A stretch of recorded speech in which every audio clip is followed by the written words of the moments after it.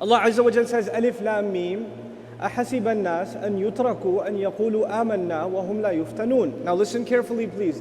Alif Lam Mim, have people assumed, أحسب الناس أن يتركوا, have people assumed that they are going to be left alone, that they are going to be left abandoned, left to their own devices.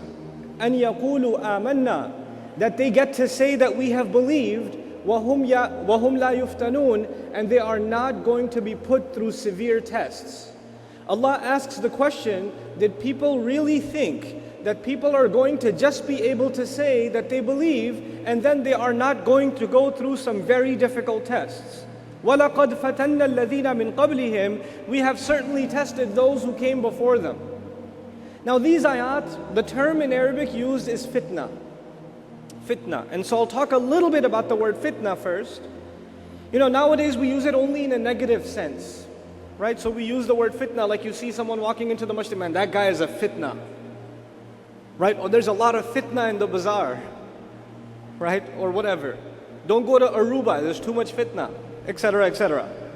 So we use fitna in a negative sense, but actually in the original Arabic sense, the word fitna refers to a difficult test. It refers to a difficult test. And the other interesting meaning of fitna in Arabic is to be attacked or to attack. So, إِذَا فَتَنَ الْقَوْمُ قَوْمًا, if a group attacked another group. In other words, if the attack was very strong and the other group almost died, they almost were not able to withstand the brunt of the attack, that kind of an attack would be called a fitna. Interestingly enough also, fitna is used in Arabic, fattana is used in Arabic, when you purify gold. When you purify gold. Now the process of purifying gold, if you're not familiar, you have to melt gold at extremely high temperatures. And when you melt that gold, the impurities melt away and froth, and they rise to the top and they disappear.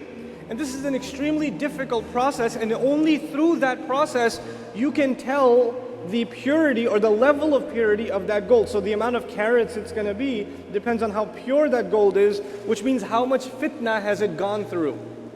Actually, that is the original meaning of the word fitna. It is actually a way of testing the purity of gold. A way of testing the purity of gold. So now, having that meaning in our background, when Allah says, have people assumed that they're going to be left alone after saying that they've believed, and they are not going to be put through the test like gold is put through the test when it's melted? That's the allusion made in the ayah. It's alluding to this concept of gold being purified. Now, as opposed to purifying, there's in a farm somewhere, in a village somewhere, there's a woman sitting there. She's got like a big tray of rice, and she's picking out the impurities from the rice. That's a kind of purification too. That's a cleansing too, but it's relatively easy. When people are washing their clothes, they're also purifying. That's still relatively easy. But purifying gold, you can't just sit on a corner and go with a sponge and clean gold. You can't do that because the impurities are where? Where are the impurities? They're not on the surface, they're deep inside. And you cannot access the inside until you melt it under extreme temperatures. Now, interestingly enough, in this ayah, Allah talked about iman. Where is iman? Is that on the surface or on the inside? It's on the inside, which means the impurities that can attack this iman are also resting deep inside.